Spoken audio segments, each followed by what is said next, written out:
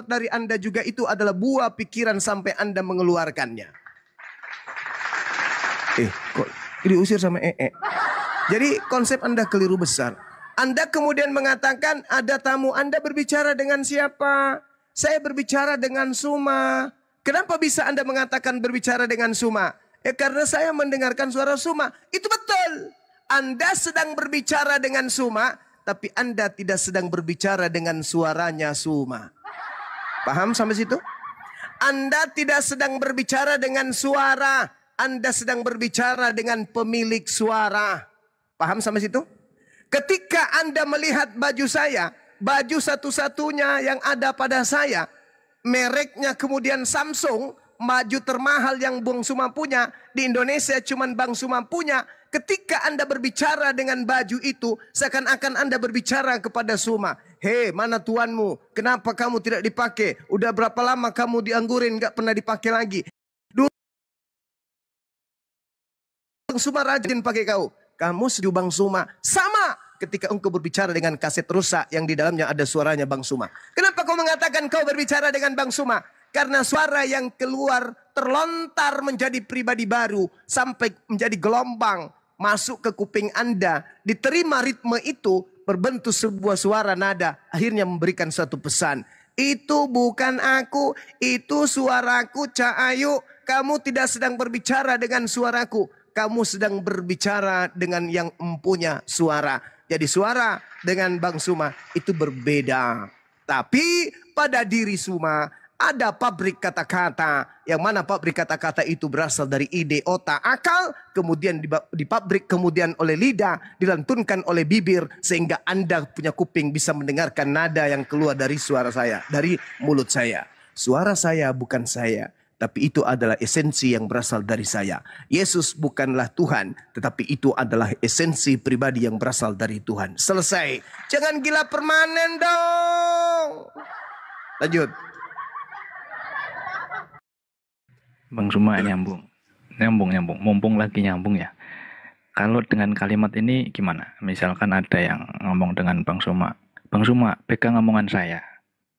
Nah, ini sedang menyatakan apa? Sedang menyatakan identitas atau apa, tanggung jawab apa, integritas atau identitas, silakan. Oke. Pegang omongan saya. Satu kalimat yang sangat sederhana, yang sangat-sangat jauh berbeda ketika Anda berkata, Bang Suma, pegang saya. Dengan pegang omongan saya. Kalau berbicara mengenai pegang omongan saya, berarti Anda saya akan tuntut berdasarkan dengan pribadi baru yang keluar dari diri Anda yang bernama suara. Tetapi kalau Anda mengatakan pegang saya, ya Anda yang harus saya pegang. Kalau suara, Anda bisa nyangkal. Itu bukan saya kok, itu suara saya dimirip-miripkan. Tapi kalau Anda mengatakan pegang saya tidak akan lepaskan sebelum Anda tunaikan apa yang Anda katakan. Jadi itu berbeda. Ketika Anda mengatakan pegang kata-kata saya, itu maksudnya pegang sang sumber suara. Bukan kata-kata yang Anda harus aku pegang, tapi sang sumber. Itulah bukti. Contoh nih, contoh kalau misalnya perkataan dan si pemilik perkataan itu adalah oknum yang berbeda. Ketika ada seorang yang berkata kepada seorang lain, misalnya, lu jelek kali, lu muka lu seperti monyet, dan itu diucapkan di depan umum. Lapor ke polisi, aku tidak menerima ucapan dia yang telah menjatuhkan derajat saya di depan umum. Apa katanya? Dia katakan aku ini monyet. Di mana dia mengatakan? Di pesta. Mana perkataannya? Cari. Ya sudah nggak ada Pak. Perkataannya diucapkan di situ. Di mana? Mana? Tangkap perkataannya. Tangkap. Kan perkataannya yang berkata seperti itu. Ya, mas di kupingku dia perkataannya. Perkataannya Pak langsung di kupingku. Nah tangkap. Ini itu perkataan. Yang adalah Pak. Yang mengatakan itu dia. Ya kan yang masih di kupingmu perkataan dia. Perkata ya kita tangkap. Jangan tangkap dia yang masuk di kupingmu apanya yang masuk di kupingmu. Ya masuk di otak tak namanya suaranya, ya udah tangkap suaranya. Enggak pada apa? Artinya beda antara suara dengan pemilik suara. Kalau suara dengan pemiliknya sama, yang ditangkap suara ada. Diperakan suara itu bergolsi suara, biar yang punya masih tetap menghidupi rumah tangganya.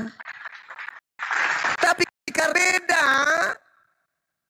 oke, beda antara suara dengan yang mengucap suara, maka ketika suara itu masuk di kuping, suaranya yang masuk di kuping, tapi yang masuk di kuping bukan orangnya, maka yang tangkap ada lembar suara. Itu yang ditangkap, bukan suaranya yang dipenjara, tapi bersuara. Itu adalah bukti bahwa suara dan pemilik suara itu berbeda. Sampai ini paham? Paham. Suara dan pemilik suara berbeda. Suara Alhamdulillah. mewakili pemilik suara, begitu ya? Ya, betul. Ya sudah. Oke. Suara mewakili pemilik suara ya. Iya. Nah, sekarang lanjut ke tadi yang saya mau bahas, Bang Suma. Silakan. Ini berhubung Pak nganunya sudah nggak ada yang baru, Pak Jaibin, mungkin nanti juga bisa nyambung. Tetap di konten yang sama tadi, tapi kutip ayat yang tadi dikutip Bang Suma juga di Yohanes 5:36 itu, akan tetapi aku mempunyai kesaksian yang lebih penting daripada kesaksian Yohanes, yaitu segala pekerjaan yang diserahkan Bapa kepadaku supaya aku melaksanakannya. Pekerjaan itu juga yang dilakukan sekarang, dan itulah yang memberi kesaksian tentang aku bahwa Bapa yang mengutus aku. Menurut ayat ini hanya utusan, kan begitu. Nah, apakah hanya ayat ini saja yang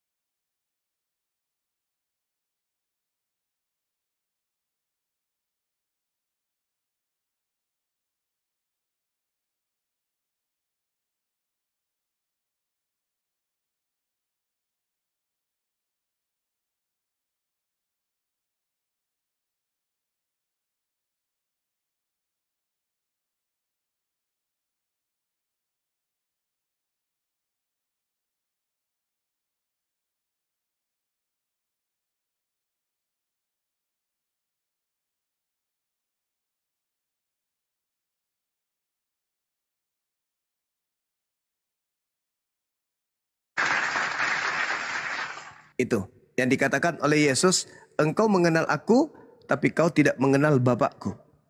Engkau tahu aku, tapi kau tidak tahu Bapakku. Itu kata Yesus tuh. Dengan kata lain, Yesus utuh dikenali oleh Bani Israel. Tetapi Bani Israel tidak mengenal siapa yang mengutus Yesus. Kenapa tidak mengenal? Apakah karena tidak pernah disebut namanya? Enggak. Maksudnya secara hakikat, wujud, kamu tidak mengenal dia yang telah mengutus aku. Tetapi tentang orang ini kita tahu dari mana asalnya. Tetapi bila mana Kristus datang, tidak ada seorang pun yang tahu dari mana asalnya. Waktu Yesus mengajar di Bait Elohim, Yesus berseru, memang aku kamu kenal. Dan kamu tahu dari mana aku berasal. Namun aku datang bukan atas kehendakku sendiri, tetapi aku diutus oleh Dia yang benar, yang tidak kamu kenal. Nomor 29-nya, Yesus lebih jauh menjelaskan kemudian kepada murid-muridnya, kepada orang yang ada pada zaman itu. Pada zaman di mana Yesus mengajar di tengah-tengah Bani Israel. Mereka yang telah berbuat baik akan keluar dan bangkit hidup kembali, kata Yesus. Itu yang dikatakan. Mereka yang mengenal aku, tetapi mereka tidak mengenal Dia yang telah mengutus aku. Ini ucapan Yesusnya di tengah-tengah Bani Israel. Artinya, ketika Yesus mengatakan, aku kenal Dia yang mengutus aku, sebab aku datang dari Dia, dan Dia yang telah mengutus aku. Ini mematahkan argumentasi saudara. Di mana Yesus mengatakan orang-orang mengenal aku, tetapi orang-orang tidak mengenal Dia yang telah mengutus aku. Itu apa artinya? Itu artinya apa? Yesus dikenali, tapi Dia yang telah mengutusnya tidak dikenali. Berarti Yesus dan ilahinya itu berbeda. Dia hanya utusan Tuhan yang kemudian diutus oleh Tuhan untuk mengajarkan konsep Tuhan kepada orang Yahudi. Sederhana Bung. Coba Anda lihat pengantar penulis Yohanes di Yohanes 1 nomor 18. Apa yang dikatakan di sana? Tidak ada satu manusia pun yang pernah melihat, tapi Yesuslah yang mengajarkan tentang Tuhan itu. Yesusnya yang menguraikan. Tidak seorang pun yang pernah melihat Tuhan. Berarti Yesus yang dilihat bukan Tuhan kan? Saya ulang lagi. Tidak ada seorang pun yang pernah melihat Bapa atau Elohim. Tetapi anak tunggal Elohim yang ada di pangkuannya, Dialah yang menyatakannya. Dialah yang menjelaskannya. Maksudnya, tidak ada yang pernah melihat Tuhan itu. Tapi untuk mengetahui Tuhan itu seperti apa, Yesuslah yang menjelaskan itu. Nah, apa penjelasan Yesus tentang Tuhan? Tuhan satu-satunya ada di langit. Bapakku yang ada di langit, Bapakku yang ada di langit, Bapakku yang ada di langit. Lebih besar daripada aku. Itu yang dimaksud oleh Yesus. Lagian, kalau Anda melihat di dalam Yohanes 5, nomor 29, Yesusnya, Yohanes 8 maksud saya. Yesusnya di sana menjelaskan dengan sangat rinci. Apa yang dikatakan Yesus? Mulai data 16 atau 15. Aku tidak menghakimi seorang pun. Dan jikalau aku menghakimi, maka penghakimanku itu benar. Sebab aku tidak seorang diri. Kalau aku tidak seorang diri, berarti aku berdua. Tetapi aku bersama dengan Dia yang mengutus aku. Dan dalam kitab Tauratmu ada tertulis bahwa kesaksian dua orang itu adalah sah. Akulah yang bersaksi tentang diriku sendiri. Dan juga Bapa yang mengutus aku bersaksi tentang aku. Inilah anakku yang kukasihi. Kepadanya aku berkenan. Dengarkanlah dia. Itu kesaksian Bapa. Lalu di data nomor 29-nya dikatakan. Dan Bapa yang telah mengutus aku. Bapa menyertai aku. Bapa tidak membiarkan aku seorang diri. Sebab aku senantiasa berbuat apa yang berkenan kepadanya. Kurang apa lagi penjelasan Yesus ini tentang Tuhannya. Dia tidak seorang diri.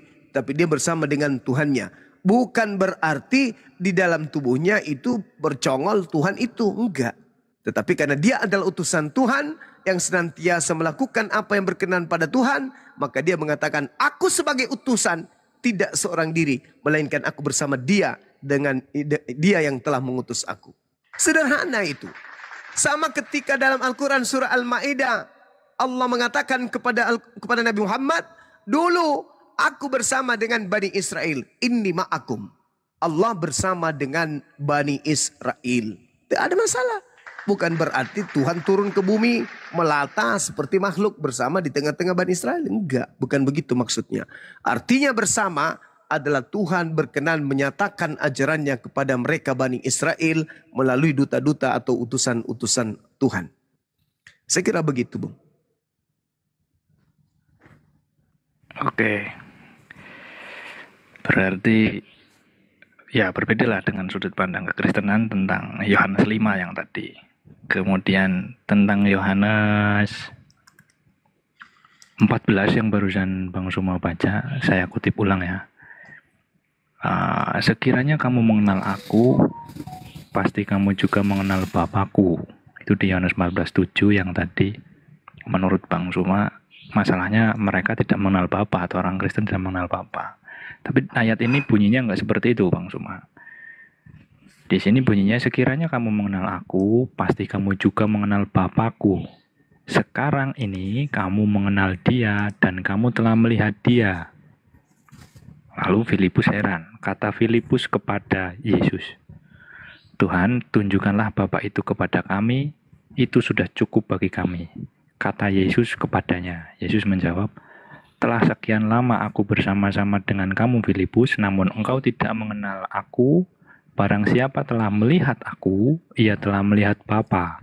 Bagaimana engkau berkata, tunjukkan Bapa itu kepada kami? Tidak percayakah engkau bahwa aku di dalam Bapa dan Bapa di dalam aku? Apa yang aku katakan kepadamu tidak aku katakan dari diriku sendiri, tetapi Bapa yang diam di dalam aku, dialah yang melakukan pekerjaannya. Ini justru menguatkan pandangan teologis kekristenan bahwa Yesus dan Bapa satu dalam hakikat. Memang berbeda dalam peran sebagai pengutus dan yang diutus sebagai Bapa dan Putra, berbeda dalam peran tapi satu dalam hakikat atau keadaan ilahinya. Ini dari sudut pandang teologi Kristen. Justru ayat ini menguatkan itu, Bang Suma. Oke. Ya, boleh. Silakan. Jadi gini, Yesus itu manusia diutus oleh Tuhan sebagai wakilnya. Ucapannya ucapan Tuhan, pekerjaannya pekerjaan Tuhan. Dia datang sebagai utusan Tuhan. Kalau Anda lepaskan kekristenan Anda, dengan kata lain Anda tidak menyembah sosok yang bernama Kristus, Anda tidak memaksakan bahwa Yesus adalah Tuhan. Tadi kan sudah dikatakan bahwa segala firman yang Engkau berikan telah aku sampaikan kepada mereka, dan mereka telah menerimanya, dan mereka percaya bahwa Engkaulah yang telah mengutus aku. Kalau Yesus mengatakan, kalau kamu telah sekian lama engkau bersama-sama dengan aku Filipus, namun engkau tidak mengenal aku. Barang siapa telah melihat aku, ia telah melihat Bapa. Bagaimana engkau berkata, tunjukkan Bapa itu kepada kami? Apa maksudnya itu? Yesus sebelum Filipus bertanya, Yesus sudah mengajarkan Bapa itu di langit. Bapa yang mengutus aku.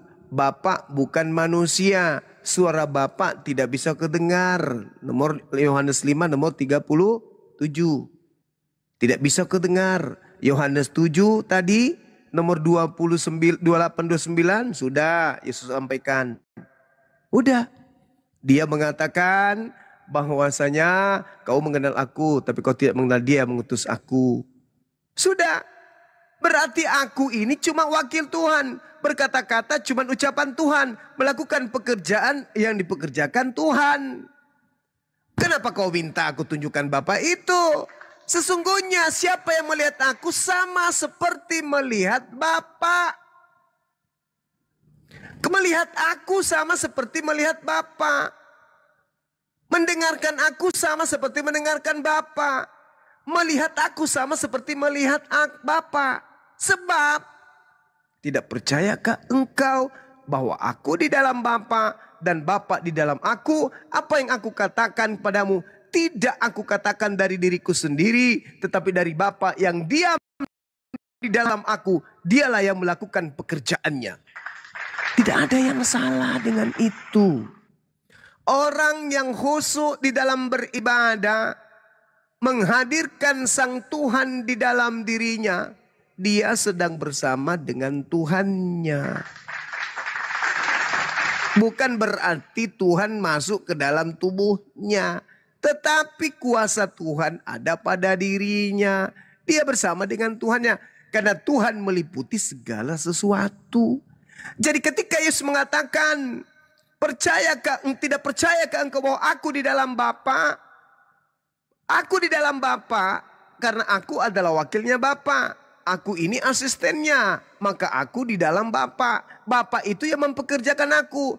Bapa di dalam aku, sebab aku tidak pernah melupakan perintah Bapa. Aku senantiasa tekun melakukan apa yang diperintahkan Bapa. Maka Bapa itu ada di dalam aku. Pada saat aku duduk, aku mengingat Bapa. Pada saat aku berdiri, aku mengingat Bapa. Pada saat aku berjalan, aku mengingat Bapa. Pada saat aku bermukjizat, aku ingat Bapa. Pada saat aku terancam, aku mengingat Bapa. Pada saat aku ingin melakukan satu tindakan penyembuhan, aku mengingat Bapa. Bapa ada di dalam aku. Aku tidak pernah lupa Bapa. Bahkan di penghujung hidupku untuk tidur, itu aku tidur bersama dengan Bapa. Ini makrifat. Percayalah kepadaku bahwa aku di dalam Bapa dan Bapa di dalam aku. Atau setidak-tidaknya, kalau kau tidak sampai kepada makrifat, percayalah karena pekerjaan-pekerjaan itu sendiri. Aku berkata kepadamu, sesungguhnya barang siapa percaya kepadaku, ia akan melakukan juga pekerjaan-pekerjaan yang aku lakukan. Bahkan pekerjaan yang lebih besar daripada itu. Sebab aku pergi kepada Bapa. Gimana tuh? Bapa di dalam aku pergi kepada Bapa. Gimana tuh? Maksudnya Yesus melilit badannya masuk kembali ke dalam perutnya atau kayak mana? Coba Anda renungkan. Ini ilmu marifat. Di mana Yesus sedang bersatu dengan Tuhan. Ini pekerjaan para wali. Para wali itu beribadah, dia bersatu dengan Tuhannya sehingga alam semesta ini lenyap. Yang ada hanya Allah. Itu pekerjaan Ustadz Alif itu, Dinda Alif. Dia bersatu. Dia bersatu dengan Tuhannya. Bumi lenyap. Rumah lenyap. Semuanya lenyap. Rekening lenyap. Dompet lenyap. Hilang semuanya. HP hilang. TikTok hilang. Yang ada hanya Allah. Allah. Allah. Allah. Allah. Allah. Allah. Allah. Itu orang yang bermakrifat. Tidak berkata, tidak berbuat, tidak bergerak semata-mata Allah. Dia tidak melakukan pekerjaan semata-mata Allah. Ucapan yang keluar dari lisannya semata-mata Allah. Maka siapa yang melihat aku sama seperti melihat Allah. Itu maksudnya. Ini ilmu makrifat. Ini yang diajarkan kemudian oleh Yesus tentang dirinya. Makanya dia bisa berjalan di atas air. Makanya dia bisa menyembuhkan orang buta. Kenapa? Karena dia bersatu dengan Sang Pemilik penyembuhan. Bukan berarti dia Tuhan. Dan apa juga yang kamu minta dalam namaku, aku akan melakukannya. Supaya Bapa dipermuliakan di dalam Anak. Kamu meminta sesuatu kepada aku dalam... Kenapa? Kenapa? Karena murid-muridnya mendudukkan dirinya sebagai hamba Allah dengan berkata, ya Bapa, sungguh telah aku beriman kepada anakmu Yesus. Dia adalah anakmu yang soleh, yang mengajarkan kepada kami untuk tekun beribadah hanya kepadamu. Yesus telah mengajarkan kami, Yesus telah membimbing kami untuk kembali kepada jalanmu. Ya Bapa, itu yang dimaksud itu di situ. Maka Tuhannya Yesus mengabulkan Apa yang diminta oleh murid Yesus dalam nama Yesus? Itu saudara. Jikalau kamu mengasihi aku, kamu akan menuruti segala perintahku. Di sini kena Kristen. Ini kena di sini. Ada nggak perintah Yesus untuk menuhankan dirinya? Tak ada kan? Aku akan minta kepada Bapa. Dia minta kepada Bapa. Lepas kena lagi Kristen. Berarti Yesus bukan Bapa karena dia masih meminta. Kalau Yesus satu hakikat dengan Bapa nggak minta. Jadi yang kujelaskan itu betul. Dia sedang bermakrifat. Dia berada pada langgam di mana Yesus ini berada pada alam nirwana. Dia bersatu dengan Tuhannya. Bukan dia Tuhan itu sendiri. Aku akan minta kepada Bapa supaya Bapa memberikan kepadamu seorang penolong lain. Loh, tadi katanya Bapa, dia adalah Bapa. Utus saja langsung. Oh enggak, aku bukan Bapa, tapi aku bersatu dengan Bapa. Aku ada di dalam Bapa, Bapa ada di dalam aku. Yang engkau lihat saat ini adalah Bapa. Kenapa? Karena ucapanku adalah ucapan Bapa, perbuatanku perbuatan Bapa, tubuhku, napasku, penglihatanku, semuanya ada Bapa. Itu yang dimaksud Yesus. Dalam Islam ini ilmu makrifat. Yesus ini suhud gak? Suhud bong.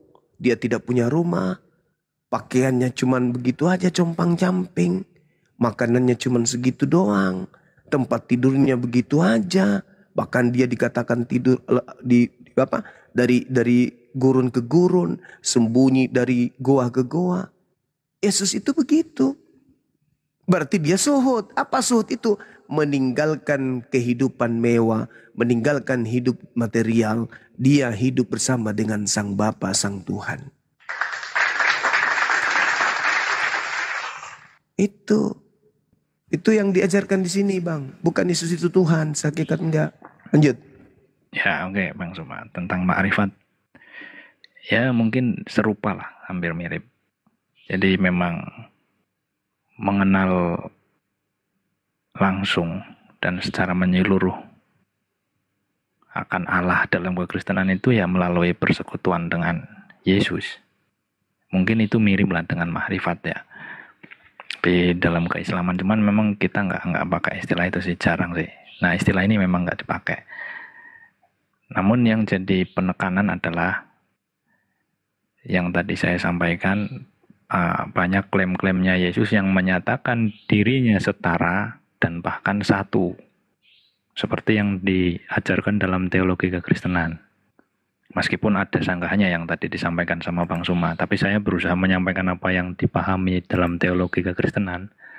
Dan satu lagi penegasan yang paling fundamental, kenapa kesatuan itu diakui dan dipercaya sebagai sesuatu yang mungkin dalam istilah Islam hak atau benar, karena Yesus sendiri juga mengklaim di klaim sebelumnya, sebelum dia mengatakan dengan Filipus. Yesus berkata, akulah jalan dan kebenaran dan hidup.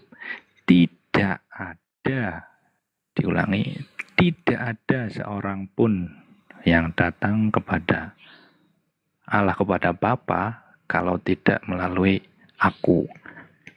Ini bukan hanya sekedar klaim yang biasa, tapi ini sesuatu yang ilahi. Karena di situ disebutkan tidak ada seorang pun yang datang kepada Bapa kalau tidak melalui aku. Jadi tidak ada cara lain mengenal Allah yang benar kecuali dengan cara dan bersekutu dengan Yesus. Atau mengenal langsung Allah melalui persekutuan dengan Yesus. Nah ini dalam teologi kekristenan seperti itu. Yang mungkin tadi dikatakan mirip dengan makrifat. Jika makrifat kan mengenal Tuhan ya. Setahu saya sih begitu. Ya. Jadi gini, Saudara. Makrifat itu jangan disalahartikan bahwa orang yang bersatu dengan Tuhan itu adalah Tuhan. Jangan. Oh, Yesus makrifat berarti Yesus juga Tuhan. Enggak. Murid-murid Yesus juga itu bermakrifat. Sama persis kedudukan Yesus terhadap Sang Ilahi. Di mana murid Yesus itu bermakrifat sama seperti Yesus? Silakan Anda buka kitab Anda di Yohanes 17 nomor 21 minimal. Apa kata Yesus? Supaya muridku menjadi satu sama seperti engkau ya Bapa di dalam engkau, agar muridku juga di dalam kita, supaya dunia percaya bahwa engkaulah yang telah mengutus aku. Murid-murid juga bermakrifat satu di dalam Bapa. Bukan berarti murid juga Tuhan. Kami umat Islam bermakrifat. Bang Arif bersatu dengan Tuhan. Bang Suma satu dengan Tuhan.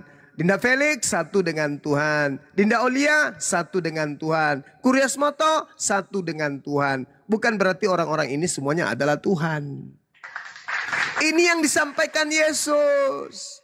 Supaya muridku semua menjadi satu sama seperti engkau ya Bapa di dalam aku dan aku di dalam engkau, agar mereka juga di dalam kita. Mereka muridku juga di dalam kita. Kalau yang dimaksud Yesus di dalam Bapa, Bapa di dalam Yesus, memandang Bapa adalah satu, adalah hakikat satu, maka murid-murid Yesus juga bagian daripada satu hakikat tersebut. Celaka itu. Ini yang dimaksud marifat. Bro Admin pun bisa bersatu dengan Tuhan pencipta langit dan bumi kalau Anda memenuhi syarat, yaitu melakukan apa yang menjadi perintahnya. Baru bermakrifat. Turuti perintah, baru bermakrifat. Jangan bermakrifat, melanggar perintah. Itu nggak akan nyambung. Jadi saudara, Yesus ini adalah seorang muslim yang taat. Dia orang yang bermakrifat. Bersatu dengan Tuhannya. Bukan berarti dia itu adalah Tuhan. Tetapi dia adalah oknum yang taat. Makanya dikatakan dalam Yohanes 14 nomor 31 ending dari dalil yang Anda katakan tadi tuh. Di Yohanes 14 apa endingnya? Seluruh orang Israel. Dunia harus tahu, bukan Israel saja. Dunia harus tahu bahwa aku Yesus senantiasa taat kepada Bapa, senantiasa melakukan apa yang diperintahkan Bapa kepadaku. Coba Anda baca. Tetapi supaya dunia tahu bahwa aku mengasihi Bapa dan bahwa aku melakukan segala sesuatu seperti apa yang diperintahkan Bapa kepadaku. Bangunlah, marilah kita pergi dari sini. Jadi dunia harus tahu, Bro Admin harus tahu kata Yesus. Bahwa Yesus itu mengasihi Bapa, bahwa Yesus itu melakukan segala sesuatu seperti yang diperintahkan Bapa kepada Yesus. Dia adalah seorang muslim yang taat. Makanya yang saya katakan tadi, pada saat Yesus berdiri, dia bersama dengan Bapa. Pada saat dia duduk, dia sama Bapa. Pada saat dia berjalan, dia sama dengan Bapa. Bahkan di penghujung hidupnya menuju tidur, dia hilangkan ingatannya di ingatan terakhir bersama dengan Bapa Tuhannya. Begitu dia bangun dari tersadar, yang pertama dia ingat Bapaknya, Tuhannya. Bukan dompetnya di mana, tapi Tuhannya. Subhanallah, alhamdulillah. Tuhan dulu yang dipujinya. Bukan di mana dompetku, kok tidak ada di sini. Bergeser, ternyata Pak Bom yang ngambil. Itu yang disebut ilmu ma'rifat, bersatu dengan Tuhan. Saya kira begitu, Bung. Mungkin ada yang lain? Iya, terima kasih Bang Suma. Sama-sama. Dinda, mungkin ada yang mau ditambahkan? Guru-guru saya yang ada di sini, silakan Bang Handi. Assalamualaikum warahmatullahi wabarakatuh. Lanjut. Waalaikumsalam warahmatullahi wabarakatuh. Ya, saya rasa di sini sebenarnya Bro Admin sudah paham berkaitan dengan itu, dan itu sangat jelas sekali tadi yang Guru sudah sampaikan ya. Itu kan ada di dalam hadis qudsi yang dijelaskan oleh Rasulullah. Setiap wali Allah, setiap orang-orang yang imannya tinggi, levelnya para nabi, maka dia selalu mengerjakan firman Tuhan, apa yang menjadi sunnah dia kerjakan, kewajiban dia jalankan, maksiat dia jauhi, maka penglihatannya adalah penglihatanku, kata Allah kan gitu. Pendengarannya adalah pendengaranku. Ketika dia berjalan, maka aku berjalan. Itu sebenarnya seorang kedekatan hamba dengan Tuhan gitu. Sebagaimana dicontohkan oleh Yesus. Dan begitulah para nabi, orang-orang soleh, orang-orang yang tidak mengerjakan maksiat. Jadi dia seolah-olah menyatu dengan Tuhan. Itu dijelaskan di dalam Islam. Makanya kalau kita memahaminya, apa yang diucapkan oleh Yesus, itu adalah level wali Allah, orang yang dekat dengan Allah, Kan gitu. Tapi untuk teman-teman Kristen sayang sekali salah memaknai. Itu adalah Tuhan itu sendiri. Nah itu bahayanya. Padahal kita melihat itu level makrifat tadi yang disebutkan. Bagaimana imannya para nabi yang disebutkan sebagai iman hakikatul hakikat. Yang sudah level imannya di atas rata-rata. Ucapannya, perilakunya, perbuatannya.